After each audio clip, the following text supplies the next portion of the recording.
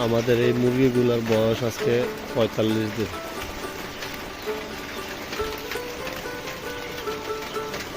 আমাদের 45 দিনে একটা লাইভ ভ্যাকসিন আছে পানির সাথে। আমরা আজকে বিকালে ভ্যাকসিনটা পানির সাথে দিয়ে দিব মুরগি।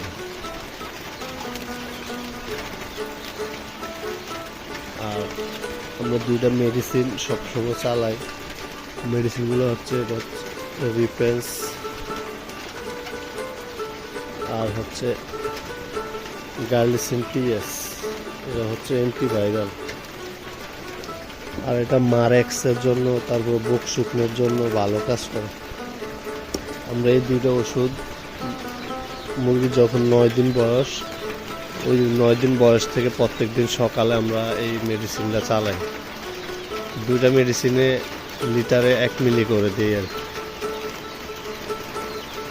আবার যেদিন ভ্যাকসিন থাকে ভ্যাকসিনের দিন আমরা এই ওষুধটা বন্ধ রাখি, 2 দিন বন্ধ রাখি, তারপর থেকে আবার সকালবেলা চালাই।